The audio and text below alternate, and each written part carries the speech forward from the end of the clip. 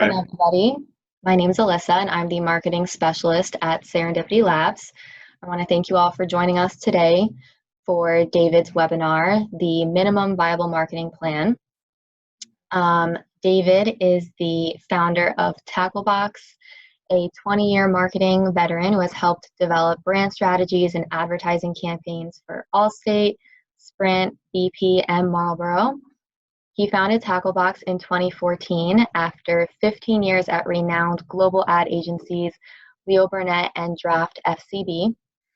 David lives in Chicago with his wife and two sons and is a faculty member at Tribeca Flashpoint College, where he teaches entrepreneurship. And for any of you who are not familiar with Serendipity Labs, we are an upscale, hospitality-focused workplace solution. We have over 25 locations nationwide, and 5 are scheduled to open next year. Whether you need an occasional workplace for yourself or more long-term offices for your team, we offer a variety of membership options that can be customized for your needs and budget. One thing that is unique about our labs is the professional networking and valuable business connections that happen organically among our members. Inspired by these connections, we created Link, which is a virtual platform where our members can learn, inspire, network, and collaborate. So we invite you to visit our Link site, and also please reach out if you have any content that you would like to share. And then just to go over some general housekeeping rules before we get started, I just want to make sure that all the attendees are aware to please save your questions or comments for the end of the presentation, and you can utilize the Q&A button at the bottom of your screen to type in your questions. And then at the end, we'll be reading the questions aloud and David will be answering for you. We will also be sending out a follow-up email including information on how to connect with David and also an offer to redeem a complimentary day pass here at Serendipity Labs. Without further ado, I will hand it over to David. Thank you for that. Well said. Well done. Nice to see you guys. I don't see you, but I see some familiar names in the crowd. Thank you guys for joining. You know, I started this presentation because I think it's really important. First of all, small businesses are important to America. Entrepreneurs are important to America. And, you know, I'm a guy that's been in marketing and advertising for 15 years, and sometimes I'm a little bit overwhelmed, or dare I say paralyzed, by the amount of marketing options that are out there. It's quite overwhelming. And so as the founder of Tacklebox, my 5-year-old's crashing the party. No. Can I play with Manuel? You can, go. Thank you, guys. I hope you're laughing at that. Anyway, I've been helping. Tacklebox has really built to help small businesses, and we've tried a lot of things over the past, 10 years. And what this presentation is these are, if we were a small business with limited budget and slightly overwhelmed with the number of marketing options that are out there, this is where we would start. And I've written this presentation to be a bit of a playbook for you. If you needed our help to execute it, of course, we're available as a resource to you. Certainly reach out, but I'm going to try to make this as play-by-play, as paint by numbers as I possibly can for you guys. This is really built for the early stage entrepreneur with a limited budget. I spent the last 15 years working at really big ad agencies, very big advertising accounts, famous accounts, got some great experience, enjoyed it, ultimately found working with small businesses like yours more rewarding and more fruitful. So I set out to form Tacklebox about 8 years ago. We are proud to support a number of entrepreneurial organizations, accelerators, and incubators from coast to coast. We do have some very large clients, Goose Island, Procter & Gamble, the state of Illinois, but the overwhelming majority of our clients are very small. We have a lot of tech clients, we have a lot of food and beverage clients, but we don't choose to specialize in any one particular client over the other. At the end of the day, the one thing, if you take the time to study the companies that have experienced mass market success, the one thing that they all have in common is momentum. They're all getting press coverage. They all have active social media. They have loyal, vocal followers. They're getting customers, traction, repeat business. If your company doesn't get momentum, the likelihood for it to experience mass market success is pretty small. And so at the end of the day, marketing companies, Tacklebox, and marketing companies like us really exist to help brands get momentum in the marketplace. And there's really two parts to that momentum formula. There's the branding side of things, which I'll talk about ever so slightly. But the majority of my presentation today will be about marketing and getting the momentum that you need using the brand that you have. I'm gonna, a couple times, just for the sake of today's presentation, talk about a snow shovel. I always feel like when we start to talk about commercializing products and marketing them, it's best to talk about a solid example. Given the fact that winter is upon us, I'm going to use a hypothetical shovel company as sort of the lesson plan for today. I'm going to go over this. If you haven't taken the time to compare your product, your service with others in the market, go ahead and do that. Compare the price, the quality, the benefits, who you believe the target audience is. This is pretty basic stuff. And if you're commercializing a company, chances are you have already done this. So I'm not going to spend a lot of time on this. Understand how your customer uses your product, when they use it, where they use it. This is all going to impact your marketing plan vitally. But I think that the main reason we're here to talk today is we've coined this term, the minimum viable marketing plan.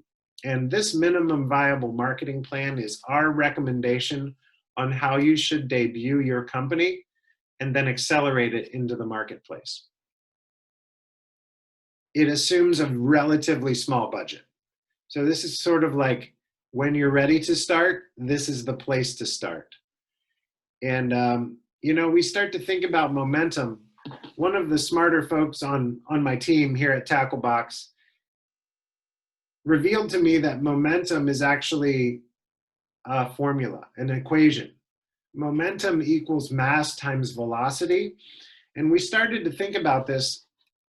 Momentum is what we want.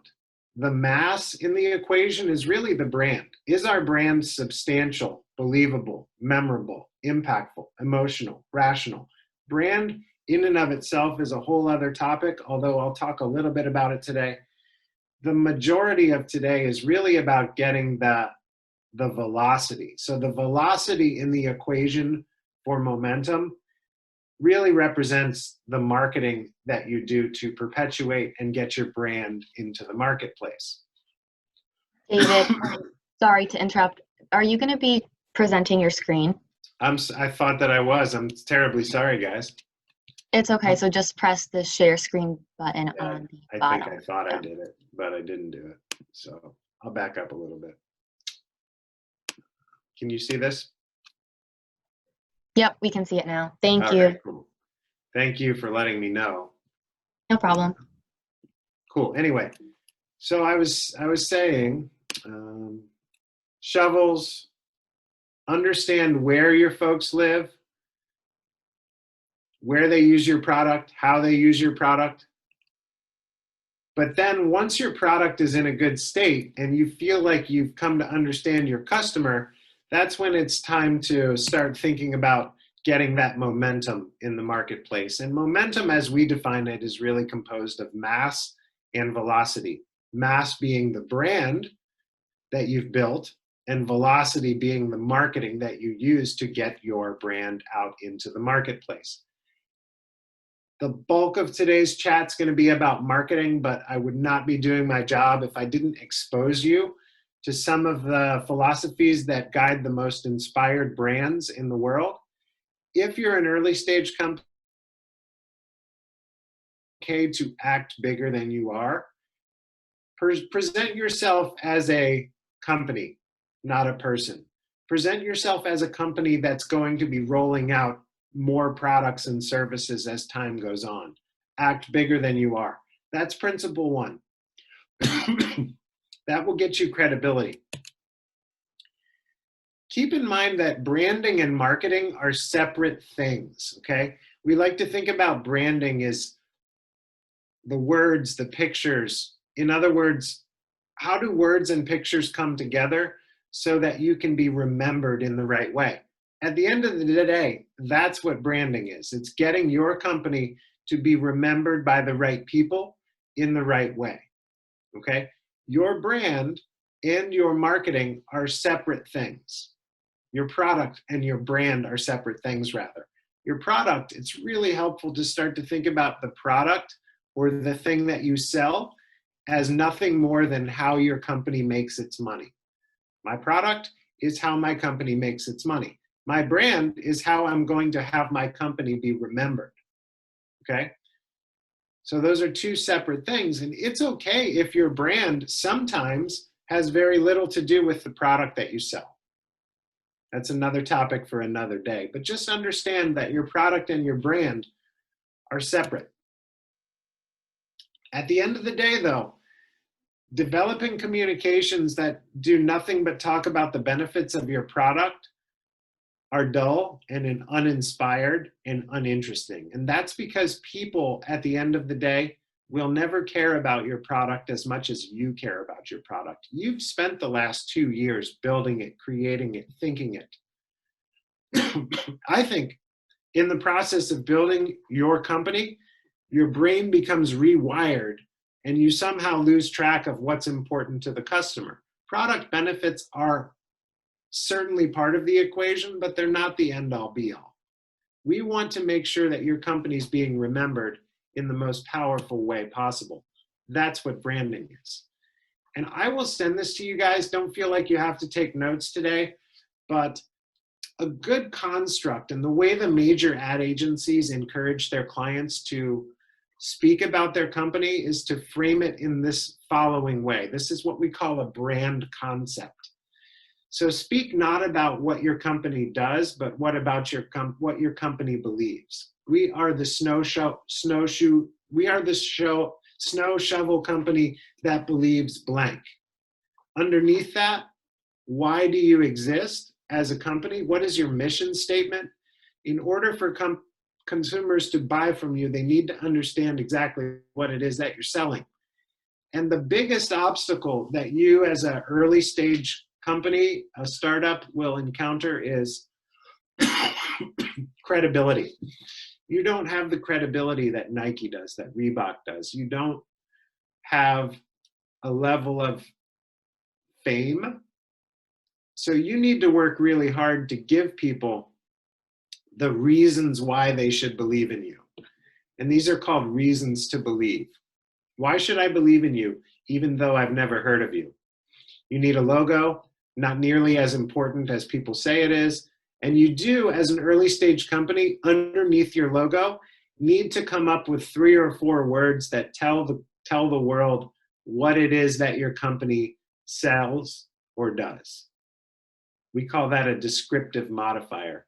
You, unlike Nike, haven't necessarily earned the right to come up with a poetic, emotional, inspirational, vague tagline.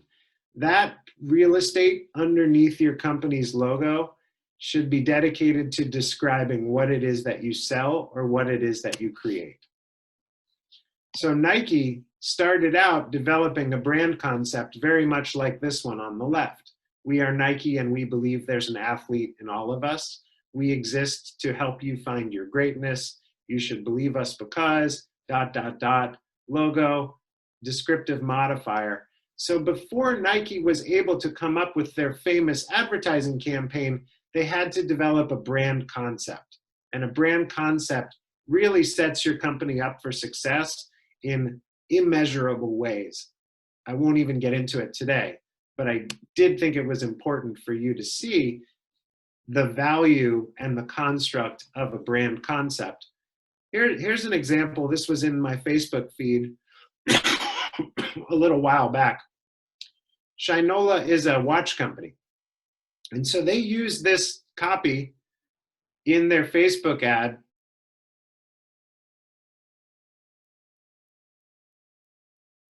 And we believe a proper timepiece should do one thing well: keep time, the run well. It's just smart enough. So they're using their company's belief or truth as a way to attract customers that believe the same thing. They're essentially saying, listen, if you want a watch that keeps track of your heartbeat, tells you your GPS and how to live your life, we're probably not the watch company for you. And I think that the thing that's inside of that context right there is that your brand should be about attracting the right customer as much as it is repelling the wrong customer. So your brand is every bit as much about repelling the wrong customer as it is attracting the right customer. Okay? So when Shinola decided to put a belief at the center of their communications, they were much more able to develop clever, smart, memorable advertisements, such as this one. Beautiful product shot. This watch doesn't care how many steps you've taken today, right? This is clearly a dig at the Apple Watch and the Fitbit, and it's clever and it's smart, and it supports the company's belief and extols the benefits and virtues of the watch itself. So back to the snow shovel thing. How do we create an inspired company that's perhaps acting a little bigger than it is around a snow shovel? My team and I whipped up a couple of these examples. So these might be brand concepts for a hypothetical snow shovel company. We believe intelligent products make life better. We exist to design and manufacture smart products that fit your life. You should believe us because ... Logo, name of the company, somehow reinforces the belief that sits at the top of the company's communications. So now this is the first step in creating a brand that's being remembered by the right people in the right way. Even if it's just a snow shovel company, we're showing other products that they might build in the future. That's in the spirit of acting bigger than we really are. The tagline needs to be direct and clear and somehow reiterate all that sits above it. We are the smart company, and we make intelligent products for better living. That is the foundation on which all of the marketing then gets built. This is what we call a brand concept. Do we know it's the perfect brand concept? Not totally sure. So we build others. We believe life is too short to work so hard. We exist to design and develop simple products that make life easier. Introducing the Simple Life Company, products for easy living. Get some visuals, some pictures. Believe us because these are the reasons to believe. Now we've got a company that feels modern and interesting, and more importantly, it's attracting potential customers that believe what you believe. If you're not interested in making your life easier, then please go buy more complicated snow shovels from us, because we're the company that's all about simplicity so that life is easier. Again, just hypothetical brand concepts here. All of them are making the company seem bigger than it is. Potentially a last and final concept here would be, we believe winter sucks. We exist to design and manufacture products that make winter better. So this would be a company that's obviously restricting itself to products that are used in the winter. You can kind of name the company whatever you want, something kind of clever here. And then underneath it, be very clear about what it is that your company's doing. So now what you've got is 3 brand concepts, and you can put them into research or go ask friends and family, hey, I'm thinking about bringing to market a new type of snow shovel. Which one of these brand concepts is most appealing to you? And so you can get feedback. Essentially, we're building a brand much like you would build a product. All right, so that's the short little micro lesson on branding. I'm certainly open to answering any questions you have about that at the end of the session. So now that we've talked about branding and the importance of branding and the philosophies that guide inspired brands versus uninspired brands, I want to talk about marketing a little bit. The minimum viable marketing plan, this is like almost, this is a necessity. This is both where to start and it's a necessity. I wouldn't expect any company to start to experience mass market success without doing the things that are part of the minimum viable marketing plan, okay? So that's composed of creating collateral materials or sales materials. You'll need a website, social media, even if you're not managing it and posting on it, you're gonna need to set up social media. Public relations is an excellent place to start, and it's not all that complicated. And then if budget permits it, we highly recommend investing in some paid advertising. So I'm gonna pull back the curtain on each of these topics over the next 15 minutes or so. Collateral material. We all know that we're gonna need business cards. Now, we're not using them like we used to, thanks to COVID, but still, don't get caught without a business card. You never know where your next investor or your next lead might come from. Keep business cards in your wallet, on your body, at all times. And then you're eventually going to need a pitch deck of some sort, right? A PowerPoint or a PDF that tells people about your brand, tells people about your product, where to buy it, how to buy it. All of that stuff is table stakes, and it better look good. I will say this. It's tempting to try to create branded materials by yourself on your own, but that's not going to get you the credibility that you need. So invest in branding just like you're investing in your product or your service, because an impeccable brand will get you credibility that you deserve. Credibility from prospects, buyers, investors, you name it. Don't cut corners on branding, because there's a lot of companies out there that are. And you need to stand out. You need to be higher quality, more credible than your competitors. Website doesn't need to be complicated. Website is not a dumping ground for all of the things that you can say. For most companies, the website, its function is to drive traffic, inbound leads, okay? So in order to drive inbound leads, you don't need to tell everybody everything about your product or service. You just need to get them A, comfortable, and B, interested enough in your product or service to want to learn more, okay? That's the case for most companies out there. Now, there are some companies like e-commerce websites where like you don't want people reaching out to you. You want the customer to buy directly from your website. Those websites need to work a little bit harder. But the important thing is that they look good, they sound good, and that the communication on that website mirrors the communication that set forth in the brand concept, which I talked about a little while ago. These are some examples of some pretty basic, but also pretty effective websites that we've created for our clients. I'm going through this pretty quickly, guys, trying to leave some time for questions and answers at the end. Social media.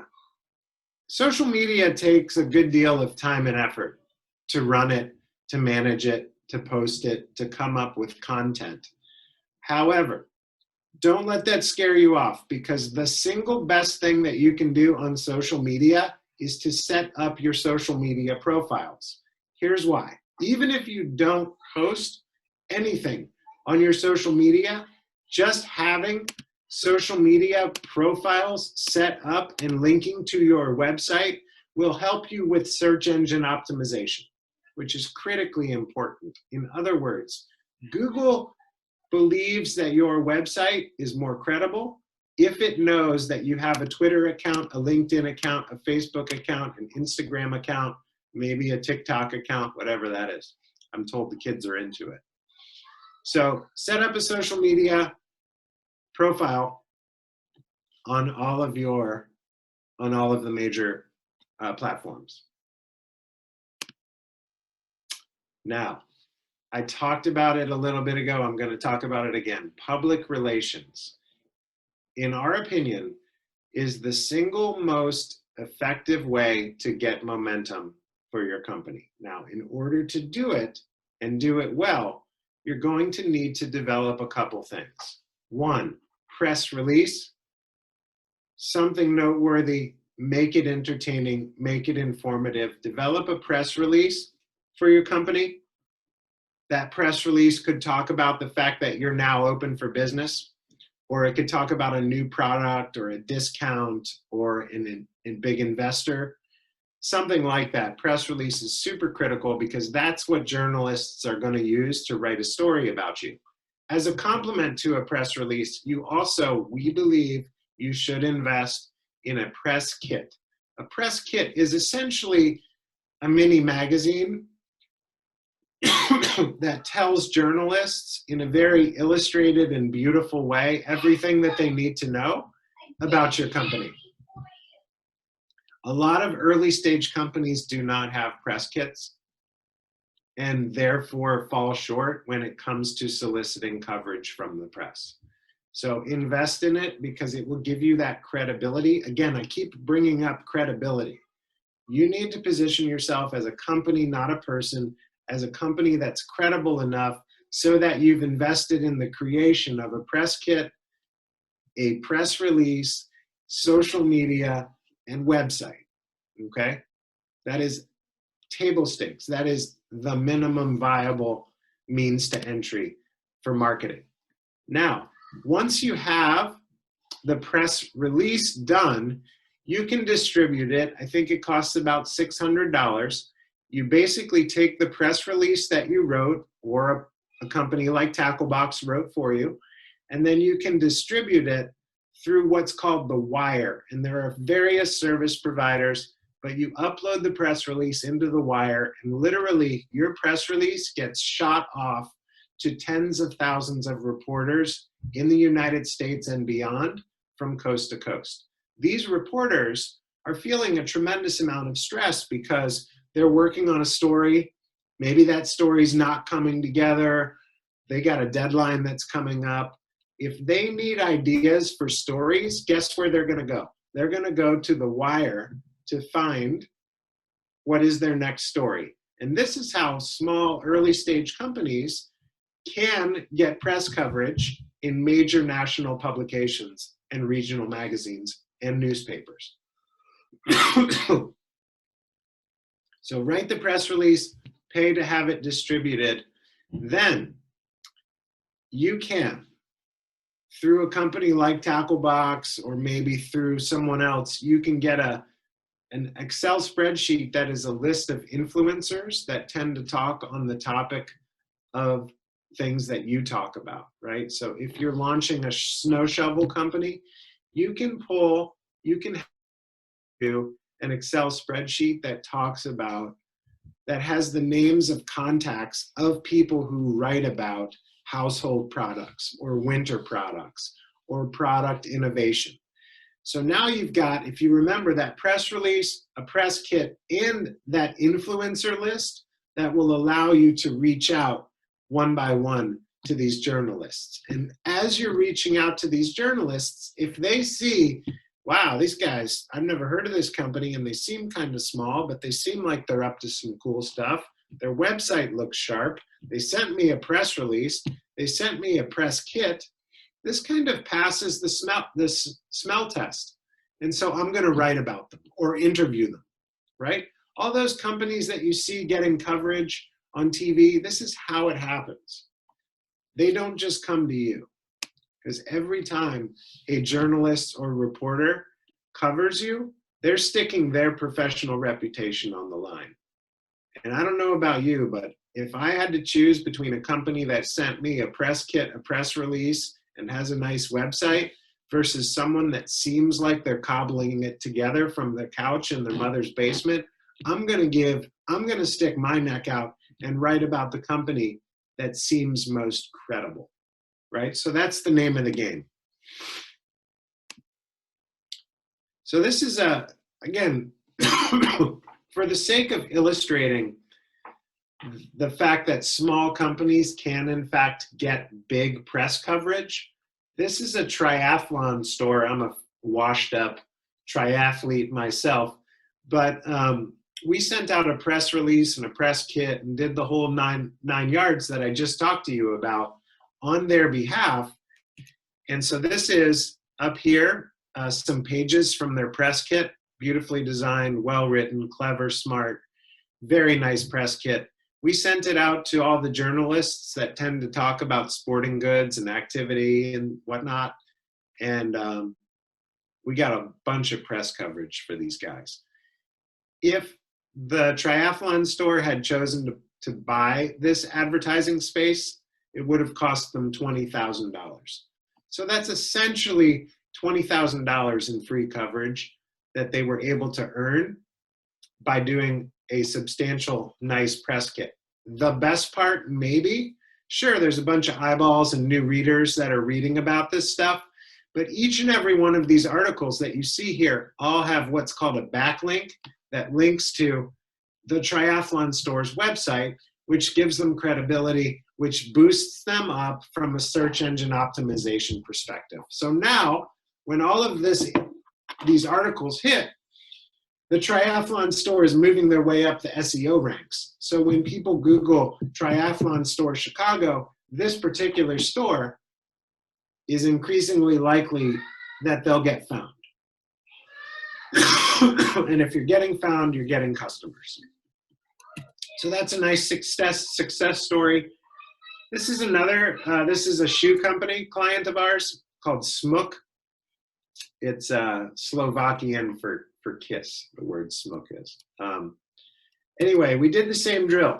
Created a press kit for them, beautifully designed, well written, sent it out to reporters, journalists, developed a press release, sent the press release out, and now we've got press coverage in a nationally distributed magazine called Condé Nast Traveler. By the way, this is the travel shoe. And then we got some press coverage for the owner in the Chicago Tribune, which is Chicago's biggest daily publication by far.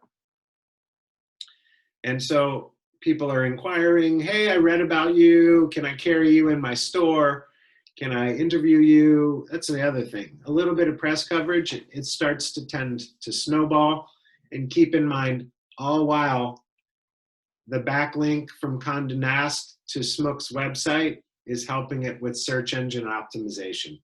This is really when the magic starts to happen. And I'm not saying it's easy, but I am saying if you're going to go into battle, you should take the right gun. And what I mean by that is, if you're going to play public relations, if you believe that that would benefit your company, invest in a decent press release, invest in a decent press kit. Press kit, I can't speak highly enough of. Let's see here. Yeah, and then, you know, we've had clients that have some marketing budget. Procter & Gamble is one of our larger clients. They clearly have a marketing budget. So they've invested in banner ads. And banner ads, you know, you pay for them, but they generally yield really effective results. and they're a great way to build awareness. Not as cost effective as public relations, but still can be very, very effective as a marketing vehicle, as part of the minimum viable marketing plan. Okay? You just need to use it judiciously. I mean, the good news is that most of the advertising that's done today is done digitally, which is cost effective, is highly targetable. In other words, you can really pinpoint your target customer, and it's extremely measurable. So if a digital ad's not working, you know it's not working. So I'm going to start to wrap it up here. I wanted to just recap, on the topic of branding. Here are the principles that we believe should be guiding you as an early stage company. Act bigger than you are. In other words, be a company, not a person. Be a brand, not a product. Start with why. Explain to the world what it is that your company believes. We believe winter sucks, or we believe life is too short to work hard, or there's a lot of different beliefs that are likely underpinning the reason why you created your product in the first place. Don't just tell people why your product's great. That's not inspired. That's not the way Nike does it. That's not the way Patagonia does it. Tell the world what you believe, not what you do. Lead with a belief, not a product benefit. Really start to reframe the way you talk about your company and its products using the formula established in the brand concept that I talked about earlier. If you can, develop brand concepts and test them among your target audience. See which brand concept your target audience likes the most. And then refine your brand concept based on their feedback. Those are the fundamental steps that we believe are necessary to start to transform your idea into a brand. Marketing. We talked about getting collateral materials, a website, set up your social media. Even if you're not actively posting on it, it's still extremely valuable. Public relations, press release, press kit, distribute the press release through the wire. It goes to tens of thousands of reporters who are looking for things to write about. If that's not worth the investment, I don't know what is. Also, to complement that and to give you credibility, invest in a press kit. Excuse me. Invest in a press kit and then acquire a list of influencers like bloggers that write on the topic related to your product, and send the press kit, send the press release to them one by one. Call them. It takes time, but it's worth it.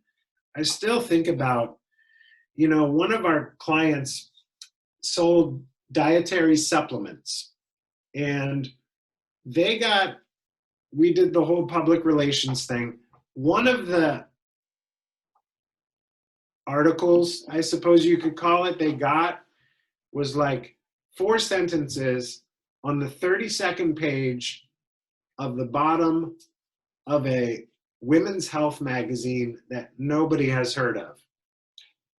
And no miles. And so this journalist who writes for this obscure women's magazine decided to write about it, and our client got $30,000 worth of sales out of just that little coverage. And it wasn't even a widely distributed magazine. It was one of those impulse magazines that sits by the checkout at Whole Foods. And so evidently people are reading it because $30,000 worth of sales from a small, tiny little block of copy in a very obscure magazine with limited distribution. It still blows my mind. Budget, if you have budget and you can set aside marketing budget to spend on advertising, do it. But watch the performance of your advertising. Make sure that whatever you're doing is effective. I've thrown a lot at you guys, And I'll certainly make this presentation available to the folks at Serendipity Labs, or you can email me on that topic. I do also want to offer each and every one of you guys a free 30-minute marketing consultation with me. We'll just talk about your business, talk about your brand, talk about the things that are probably in play for you from a marketing perspective to get you the momentum that you need. I think I got some additional references in the back. I'm not sure what they are, but I think we're at the 45-minute mark. So if you guys have any questions, jot them in the question and answer window, and I'll happy to answer them to the best of my ability. But I hope this was helpful to you all. My contact information is here on the left.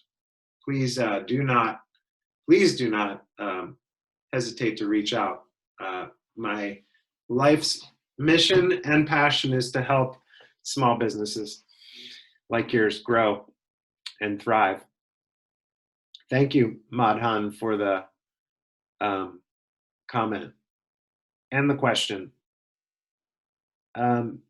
They say, why do you say a logo is not as important as we think it is? The truth of the matter is, what's more important than your logo is the branded material that surrounds it, right? Everyone's like, oh, Nike. Nike's got such an incredible brand, such an incredible logo, and an awesome name. And I'm like, do they? Like, why? Why is it so incredible? It's really not that incredible. It's simple.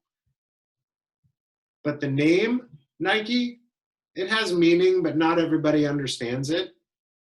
It's easy to mispronounce the name Nike. Like, in a lot of ways, Nike as a company name is not a strong company name. The only reason that it's become so celebrated and so famous is because Nike has done a miraculous job surrounding its logo with incredible branded material and advertising.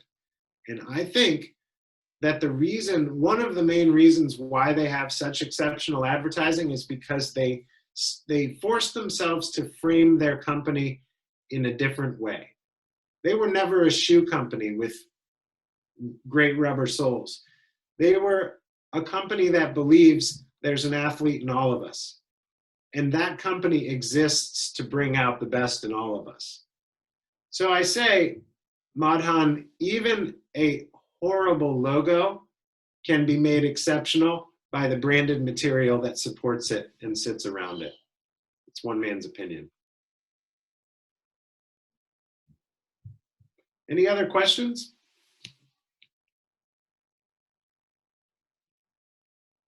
Thank you. Appreciate it.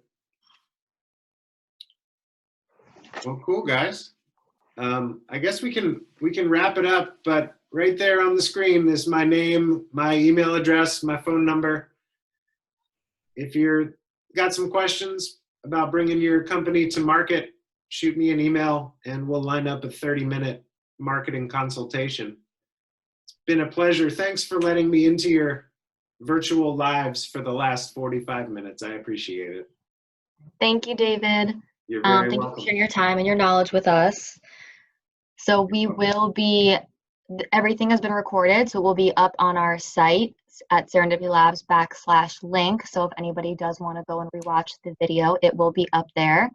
And then we'll also be sending a follow-up to all the attendees, so you guys can claim your complimentary day pass, and then also our information, so if you want to reach out to David. We'll have it all there for you.